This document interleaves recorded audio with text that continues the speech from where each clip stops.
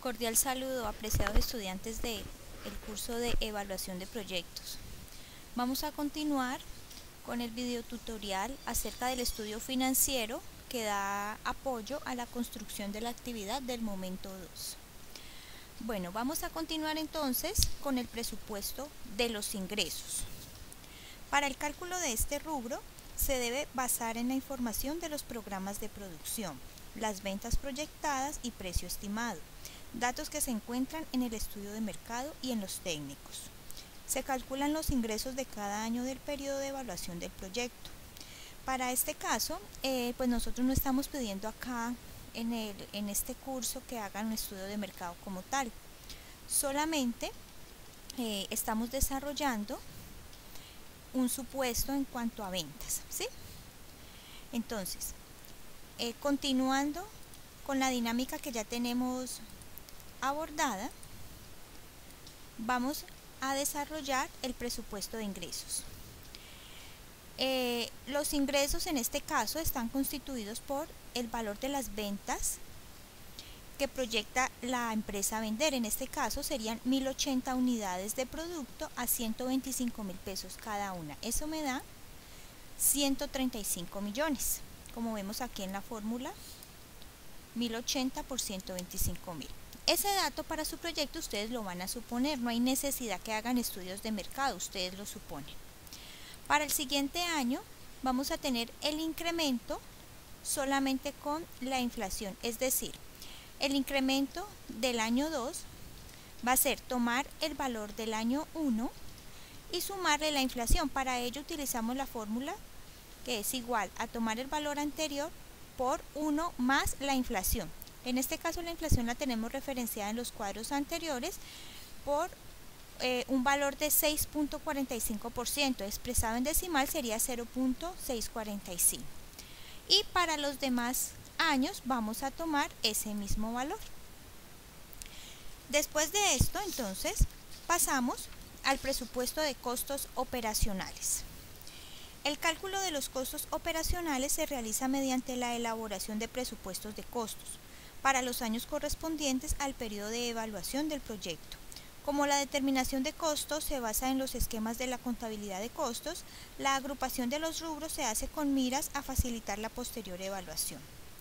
El presupuesto de los costos de producción se obtiene sumando primero los costos directos, que son la mano de obra directa, la materia prima directa, la depreciación de los activos productivos, y segundo, los gastos generales de producción. Los costos son todos aquellos cargos necesarios para la elaboración del bien o prestación del bien o servicio, cuyos elementos son materiales. El objetivo del presupuesto de costos y gastos de producción es el de establecer los cargos necesarios para la elaboración del bien o servicio de acuerdo con la cantidad que se desea vender. Ofrecer la facilidad de fijar los precios de venta acordes con el margen de utilidad deseado por la administración. El presupuesto de producción depende de las políticas que maneje la empresa en cuanto a inventarios y capacidad productiva, teniendo en cuenta la tecnología, el espacio, las técnicas, el recurso humano y demás recursos con los que cuenta la empresa para tal final. En el ejemplo que estamos desarrollando se presentan unos inventarios terminados, lo cual implica que todo lo que se produce se vende en el mismo periodo. Cuando se trabaja con inventarios hay que tener en cuenta los inventarios de materias primas, productos terminados y productos en proceso. Entonces, para este caso, tomamos aquí para el año 0, que sería la inversión, es decir, ese primer momento donde se hace el primer pedido, los materiales directos que vienen del cuadro 16, ¿sí? Del cuadro 16 tomamos estos materiales directos. La mano de obra también la tomamos de allí, al igual que la depreciación. Eso nos da un total de 75.978.171. Para el siguiente año realizamos lo mismo que hicimos con el presupuesto de ingresos. Tomamos cada uno de esos valores y lo afectamos sumándole la inflación. La inflación es la misma para todo el ejemplo. Es del 6.45% y expresado en decimal es 0.645. y los demás valores los dejamos iguales para el año 2 al año 5 y totalizamos. De esa forma construimos el presupuesto de costos de producción. En cuanto a los costos directos, como segundo punto tenemos los gastos generales de administración. El primer rubro que tenemos aquí es el de materiales directos, que lo tomamos del cuadro número 8, y el de servicios, que lo tomamos del cuadro número 16, ¿sí? Como tienen estas noticas aquí referenciadas. Igual que en la dinámica anterior, aumentamos estos valores de acuerdo a la inflación y los dejamos constantes para los siguientes años. Al final entonces vamos a tener un subtotal de los gastos generales y posteriormente el total de los costos de producción, que sería la suma de los costos directos y los gastos generales para todos los años. El año 0, que es el primer momento en el que vamos a producir, y de ahí ya el año 1, 2, 3, 4 y 5. Muy bien. Posteriormente vamos a desarrollar el presupuesto de gastos de administración. En este presupuesto se consolida toda la información que se halla para el primer año de los diferentes rubros que constituyen los costos de administración y corresponde a los gastos relacionados con el manejo de la administración. Por lo general son gastos fijos. Estos gastos los conforman salarios, prestaciones sociales del personal administrativo, papelería, aseo, mantenimiento, entre otros. Para este ejercicio estamos tomando los conceptos de gasto, sueldos y prestaciones, que lo tomamos del cuadro número 12 en el rubro remuneración del personal administrativo. El pago de servicios varios lo estamos tomando del cuadro número 13, gastos administrativos, el de depreciación del cuadro número 11 y la amortización de diferidos del cuadro número 14, que es la amortización a gastos diferidos, y lo dejamos constante para todos los años siguientes. Totalizamos y encontramos que el total de los gastos de administración sería de 32.667.519. En el cuadro número 34 estamos viendo el presupuesto de gastos de ventas, que los gastos de venta generalmente varían de manera proporcional al volumen de ventas, como comisiones por ventas, empaques, publicidad, transporte, entre otros. Si usted utiliza la metodología de precios corrientes, debe tener presente que los presupuestos se elaboran teniendo en cuenta que los costos se elevan de acuerdo al índice de inflación. El presupuesto de gastos de ventas tiene que ver con las actividades que se realizan en el departamento de ventas para cumplir con las metas establecidas en cuanto a volumen del producto a vender y el precio que se deberá cobrar.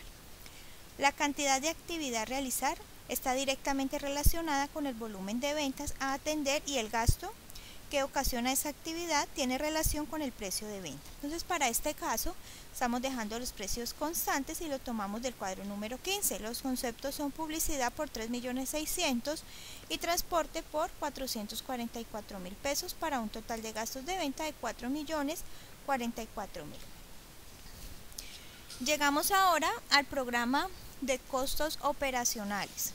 Este programa, en términos constantes, como lo venimos desarrollando, tiene tres rubros, que son los costos de producción, los gastos administrativos y los gastos de ventas. Todos estos valores ya los hemos determinado previamente, por eso estas noticas me dicen de dónde vienen. El año 1, 87.416.971 viene del consolidado del cuadro número 32, que son los presupuestos de costos de producción. Los gastos administrativos vienen del cuadro número 33, presupuesto de gastos de administración, y los gastos de venta vienen del cuadro número 34, perdón, que vienen a ser el presupuesto de los gastos de ventas como tal.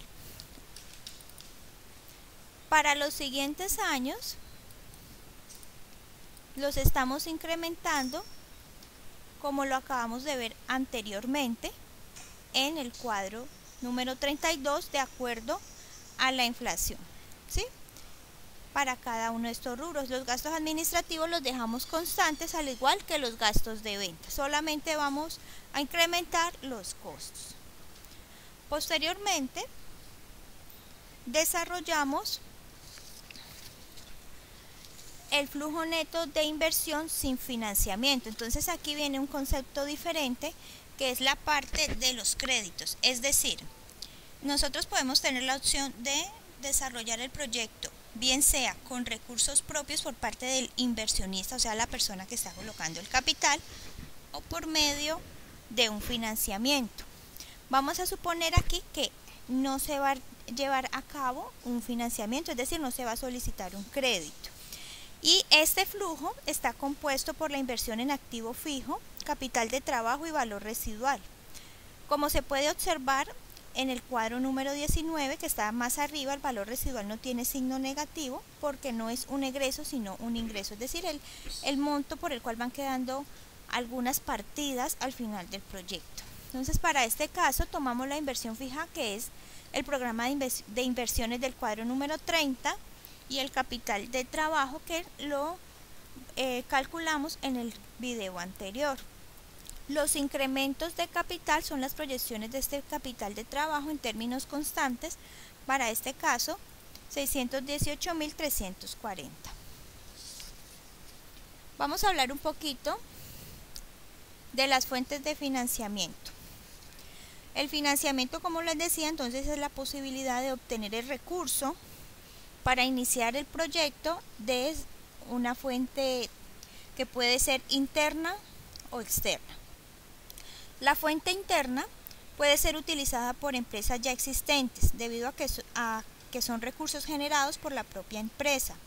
Las principales fuentes internas de financiamiento son la utilidad neta después de impuesto, las reservas de depreciación y la amortización de diferido. Las fuentes externas están constituidas por las instituciones financieras, inversionistas y aportes de capital. Las instituciones financieras están constituidas en Colombia por los bancos, los fondos financieros, las entidades de fomento, otras entidades y los establecimientos de crédito. Los fondos financieros son una estrategia que utiliza el gobierno para otorgar crédito con condiciones más favorables para algunos sectores, generando creación de empresa y empleo con algunas características como la tasa de interés más baja, plazo más largo en el periodo de gracia, etc. También existen fundaciones y organismos nacionales e internacionales que apoyan proyectos comunitarios. Los establecimientos de crédito son instituciones dedicadas ante todo a recibir dinero del público para colocarlo conjuntamente con su propio capital en diversas formas de crédito. Las entidades de servicio financiero prestan diversos servicios, generalmente utilizan no solo su propio capital, sino el dinero que reciben del público y de intermediarios financieros para administrarlo, prestar servicios especializados y colocarlos en diversas modalidades. Para este caso, vamos a detallar primero el programa de inversiones, para luego sí entrar en específico con la forma del crédito. Bueno, entonces vamos a construir aquí el cuadro número 37, que es el programa de inversiones con financiamiento. Para ello tomamos los rubros de activos fijos tangibles como la maquinaria y equipo, que viene del cuadro número 2, que fue la inversión en maquinaria y equipo, para este caso 5.639.300. Se presenta con signo negativo porque es una salida de dinero para el inversionista, o sea, para la persona que está invirtiendo. El mobiliario y la decoración en este caso no aplica. Los muebles y el equipo de oficina los tomamos del cuadro número 4, que es inversión en muebles, en series y equipos de administración. El total de estos activos fijos tangibles es de 7.375.760. También tomamos los activos que no son, digamos así, tangibles, sino de alguna manera intangibles, y los llamamos aquí diferidos, que son los gastos preoperacionales, o sea, todas esas erogaciones necesarias para montar el negocio, que vienen de el cuadro número 5, que son inversiones en activos intangibles por 1.953.072. Las obras físicas, que vienen del cuadro Número 1, que son las inversiones en obras físicas por 1.590.000 y el capital de trabajo que viene del cuadro número 30 a términos constantes. Para los años siguientes hay un incremento en las proyecciones de capital de trabajo a términos constantes que ya veníamos manejando de 618.340. Totalizamos los conceptos y vamos a determinar aquí el total de las inversiones año a año. El año 0 es el momento en el que se inicia todo y que están las inversiones requeridas, y los siguientes años son los incrementos del capital de trabajo. Para este proyecto vamos a suponer que se va a hacer un crédito de 9.908.430. El valor es arbitrario.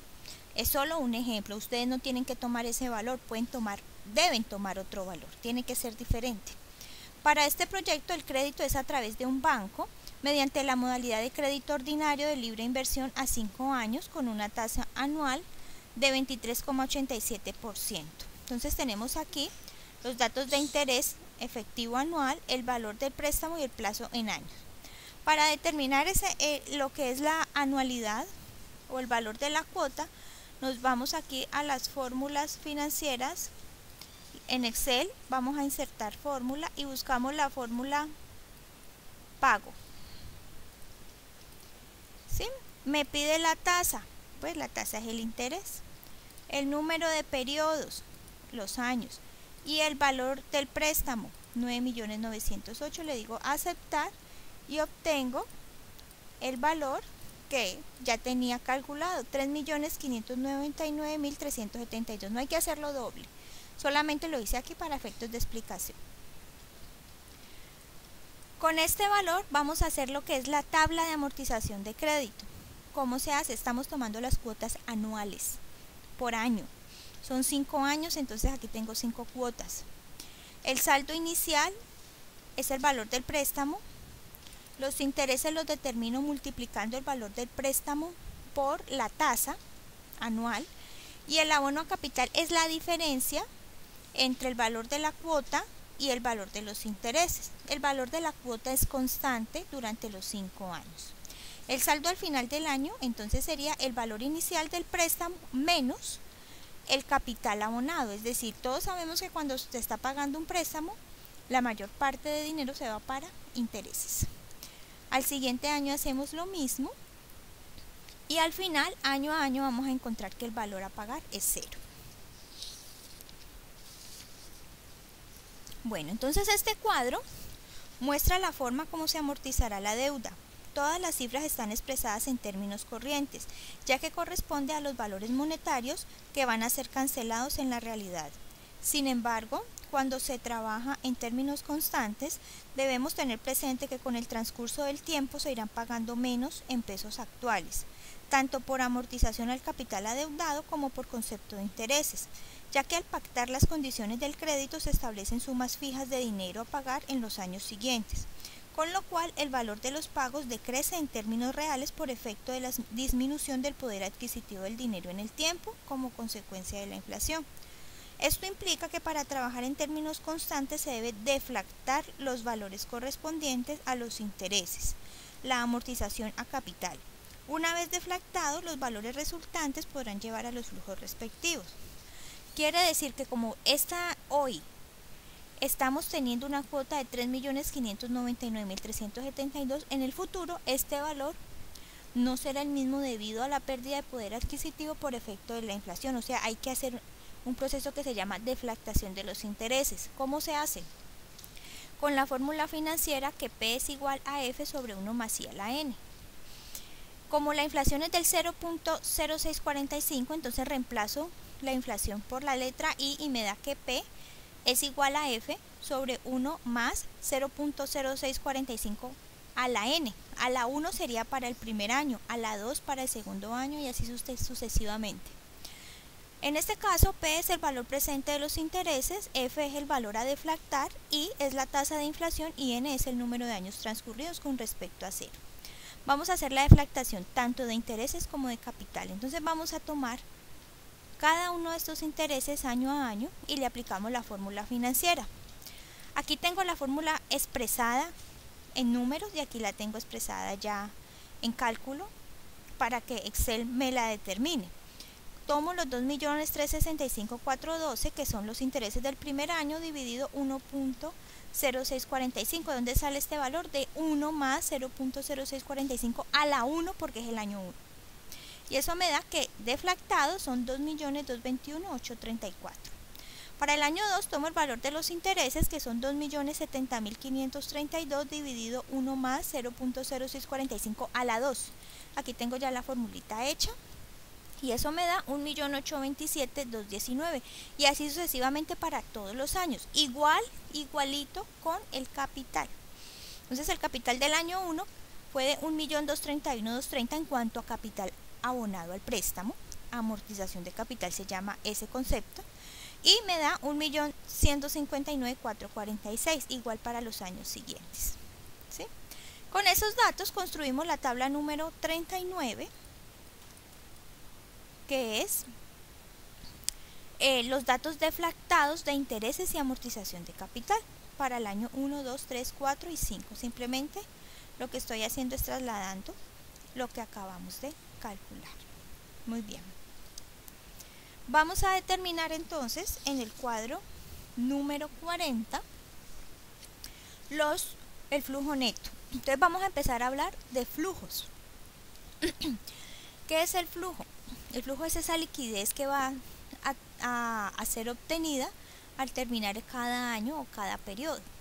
En este caso, el flujo neto de operación sin financiamiento se construye sin tener en cuenta el préstamo. Es decir, nosotros mostramos varios escenarios, posibilidades y vamos a verificar de pronto cuál es el mejor.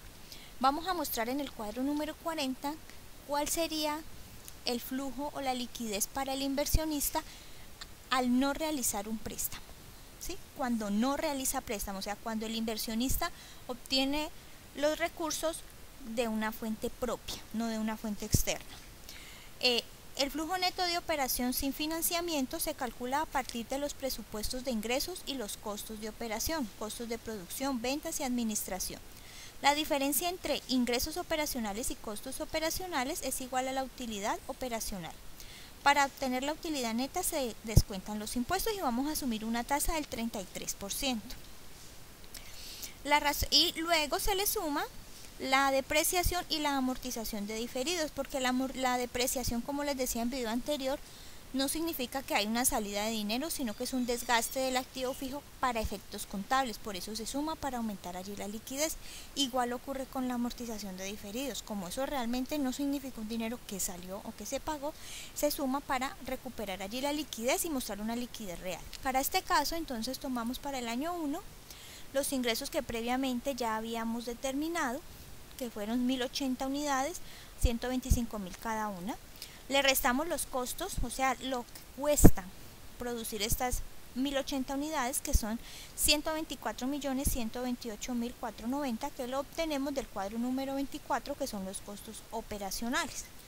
Obtengo entonces en esta diferencia la utilidad operacional. A esa utilidad operacional le aplico la tasa del 33% y obtengo el impuesto.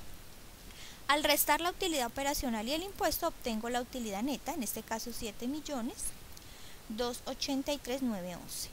Y le sumo la depreciación y le sumo la amortización de diferidos. Entonces el flujo neto de operación sin financiamiento para el año 1 es de 8.952.403. Esto es un ejemplo, pero miren el análisis. Unas ventas de 135 millones anuales para obtener al final una liquidez de solo 8.952.400. Aquí ya vamos analizando que la inversión que los ingresos son muy altos y la utilidad es muy baja. No es bueno ni malo, solamente es una situación que se da. Para el siguiente año recordemos que aumentamos los ingresos de acuerdo a la inflación, ¿sí? Y tomamos los valores correspondientes a los costos de los siguientes años que están en los cuadros superiores. Y con eso determinamos los flujos netos para los siguientes años. Entonces observamos que en los siguientes años, como lo dejamos constante, hay un incremento de 8.952.403, pasaríamos a 11.840.645. Vamos a construir ahora el flujo financiero neto del proyecto sin financiamiento. El flujo financiero neto se obtiene de la diferencia del flujo de inversión, el flujo neto de inversión y el flujo neto de operación. Este flujo suministra la información relacionada con la inversión y los resultados de la operación del proyecto. El flujo financiero neto es el insumo principal para lo que vamos a hacer posteriormente, que es la evaluación financiera. El flujo financiero neto suministra información consolidada de las inversiones y los resultados de las operaciones del proyecto. Entonces vamos a ver qué me está mostrando este flujo financiero sin financiamiento. Tenemos aquí un valor que son las inversiones requeridas, o sea, lo que el inversionista en el año 0 debe, como su nombre lo dice, invertir o disponer en recursos, que viene del cuadro 37, que son los muebles, el equipo de producción, capital de trabajo, y es de 21.123.832 pesos. Para los siguientes años, recordemos que se va a presentar un incremento en las proyecciones de capital de trabajo en términos constantes, que ya lo traíamos de 618.340, ¿sí? Y vamos a sumarle a esto los flujos netos que acabamos de calcular, ¿sí? Los trasladamos acá. Este 8.952.403 lo trasladamos al año 1. ¿Sí? Igual en el año 2 11.840.645, y para los siguientes años es igual. Este último valor, que son 2.576.735, viene del cuadro 36, flujo neto de inversión.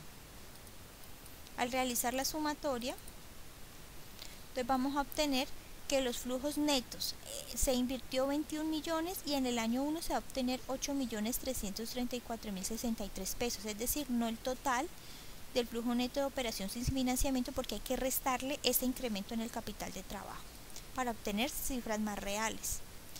Para el año 2 sería 11.222.305 y para los siguientes años igual. Vamos a determinar ahora la elaboración del flujo del proyecto con financiamiento. Para este caso se tomarán los flujos separados sin financiamiento e incluiremos en ello los valores correspondientes a los intereses causados por los créditos durante el periodo de implementación.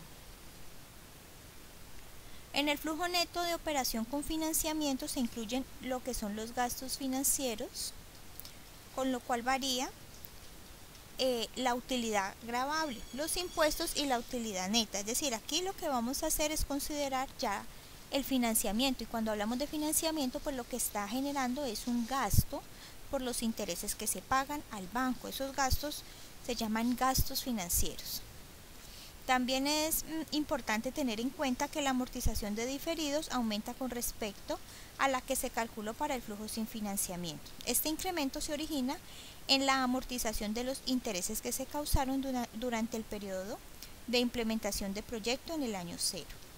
Al trabajar en términos corrientes, este valor pasaría a flujos sin ninguna modificación para cada uno de los años del periodo de evaluación. Pues para este caso, tomamos lo que es en el año 0, la inversión fija, que recordemos que viene del cuadro número 30, que es el programa de inversiones, el capital de trabajo que ya habíamos determinado, que viene del flujo neto de inversión sin financiamiento del cuadro número 36, y seguimos con los incrementos de capital. Posteriormente totalizamos, entonces tenemos que el flujo neto de inversión en el año 0 es de 21.123.832 y consideramos los incrementos de capital. El valor final al año 5 es la sumatoria del capital de trabajo más sus incrementos. Muy bien. Pasamos ahora a el flujo neto de operaciones financiero con financiamiento. ¿Qué hacemos aquí?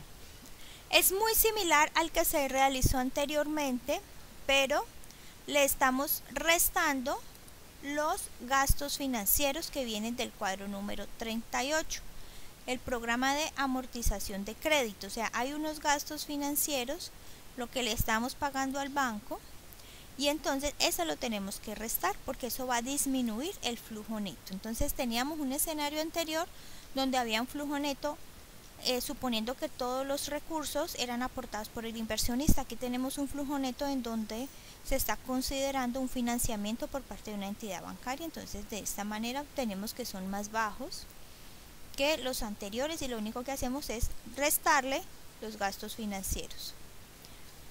Posteriormente obtenemos el cuadro número 44, que es el flujo neto de operaciones financiero con financiamiento.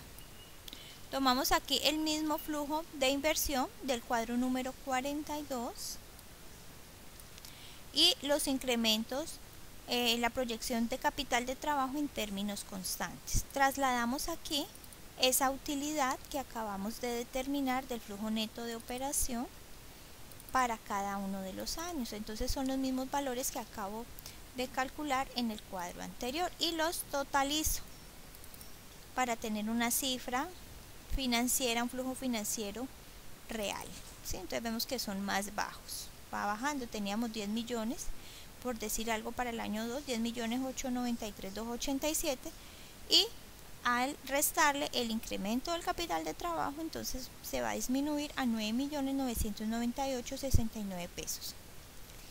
Bueno, en el cuadro número 45 tenemos el flujo neto de inversiones para el inversionista. Es el mismo que ya habíamos hecho previamente, solo que aquí lo que hacemos es incluir el crédito. El valor del crédito que viene del cuadro número 38. Tenemos una inversión fija, tenemos un capital de trabajo, el crédito y el flujo neto, entonces sería esa sumatoria. Miren que la inversión fija está negativo porque es lo que aporta el inversionista. El capital de trabajo está negativo porque es lo que aporta el inversionista. Y el crédito está positivo porque es una fuente que se obtiene externa, ¿sí? Bueno, entonces en el cuadro número 46 vamos a tener un flujo neto de operaciones para el inversionista en términos constantes. Para esto tomamos los ingresos del cuadro número 43, le restamos los costos operacionales, tenemos la utilidad operacional, le restamos los gastos financieros, los intereses, tenemos la utilidad gravable, le restamos el impuesto, en este caso del 33%, obtenemos la utilidad neta y le sumamos la depreciación y la amortización. En el cuadro número 47, el flujo financiero neto para el inversionista, entonces vamos a tener el flujo neto de inversión en el año 0 de 11.215.402, en el año 1 de 1.777.780 y así en los siguientes años. Y le sumamos el flujo neto que ya habíamos determinado en este cuadro anterior, número 46, y totalizamos. Bueno, el cuadro 48, que ya es el final, es la elaboración del flujo final para el inversionista. Debemos tener en cuenta que el inversionista aporta sus recursos y es a él, ya sea persona natural o jurídica, y no al proyecto a quien se otorga el crédito, y por tanto deben responder por el pago del mismo. Luego de que el inversionista se hace responsable del préstamo y le es concedido, este dinero se aplica al proyecto. Posteriormente, cuando se avanzan las cuotas de amortización, deberá responder ante la entidad financiera por su cancelación. En otras palabras, el cobro del préstamo es hecho a la persona o empresa responsable y no al proyecto. Por consiguiente, los flujos financieros para el inversionista varían con respecto a los del proyecto. El flujo financiero neto para el inversionista se obtiene integrando los valores del flujo de inversiones con el flujo neto de operación con financiamiento. Este flujo está indicando, los dineros que están poniendo el proyecto a disposición del inversionista año por año. Cuando el proyecto es financiado en su totalidad con recursos propios, existe un flujo financiero único y por tanto no hay distinción entre los flujos del proyecto y los del inversionista. Si el financiamiento del proyecto se efectúa con recursos propios y con créditos, es necesario distinguir entre flujo del proyecto, el cual incluye todos los recursos sin importar las fuentes de las cuales se obtiene, y los flujos del inversionista, que incluye las inversiones netas, o sea, solamente los recursos aportados por él, así como las amortizaciones del crédito. Para este caso, entonces vamos a hacer el flujo final para el inversionista teniendo en cuenta el financiamiento. Entonces, ¿cómo se hace? El año 0 es el momento en el que él va a invertir. El inversionista, o sea, la persona, Pedro Pérez, decide invertir en este proyecto y las inversiones que él hace son las siguientes: activos fijos intangibles, gastos preoperativos, obras físicas e instalaciones, ¿sí? Entonces aquí me dice de qué cuadros viene. Y capital de trabajo. Esa inversión total me da 21.123.832, pero va a pedir un crédito. Entonces ese crédito, como no va a salir de su fuente, sino que viene de una fuente financiera externa, entonces se presenta positivo, 9.908.430. Entonces la inversión neta final del inversionista es de 11.215.402, porque una parte se la va a financiar el banco. Él solamente de su propio recurso va a disponer 11.215.402. Muy bien, que es el valor que tenemos aquí al final. Para el año 1, entonces van a haber unos incrementos de capital que ya los veníamos manejando de 618.340. ¿Sí? ¿Sí? Y hay una amortización de crédito porque tiene que ir pagándolo. Entonces ese es el capital deflactado que tenemos en el cuadro 39, lo referenciamos año a año. El capital de trabajo final, entonces es una constante o un valor que determinamos previamente y lo estamos arrastrando, igual con los activos fijos. Acuérdense del valor residual de los activos fijos. El flujo neto de inversión entonces es la suma de esa inversión neta y la amortización de créditos para cada uno de los años. Tenemos en cuenta, ya esto fueron las inversiones, ahora vamos a tener en cuenta los ingresos, que son las ventas año a año. Aquí las tenemos. Para el año 1 135 millones y para los demás años 143.707.500. Los costos de producción para cada uno de los años vienen del cuadro número 24. También tenemos los gastos administrativos y los gastos de venta. Totalizamos entonces los costos operacionales para cada uno de los años. Obtenemos entonces la utilidad operacional restando los ingresos y restando ese total de costos operacionales. Le restamos los gastos financieros, que son el pago de los intereses del préstamo, y al final la utilidad gravable sería la utilidad operacional menos esos gastos financieros. El impuesto sería esa utilidad gravable por la tasa que estamos aplicando del 33 para cada uno de los años. La utilidad neta entonces sería la utilidad gravable menos el impuesto. A eso le sumamos las depreciaciones, la amortización de diferidos y obtengo el flujo neto de operación, que son 7.463.772. Y entonces el flujo de fondos para el inversionista será tomar ese valor y restarle la inversión que él tenga, el flujo neto de inversión que él tenga cada año. ¿Sí? Entonces mire que va a invertir 11.215.402, que es el año 0, y en el año 1 ya va a obtener 5.685.988, en el año 2 8.648.886 y así sucesivamente. Entonces al final obtendría 37.308.268. Con estos datos yo ya puedo hacerme una idea si ese proyecto va siendo viable o no va siendo viable, ¿sí? De esta forma terminamos este video tutorial, ya la parte final de la construcción del momento 2. Los siguientes video tutoriales son el apoyo para la construcción del momento 3 y será la evaluación del proyecto.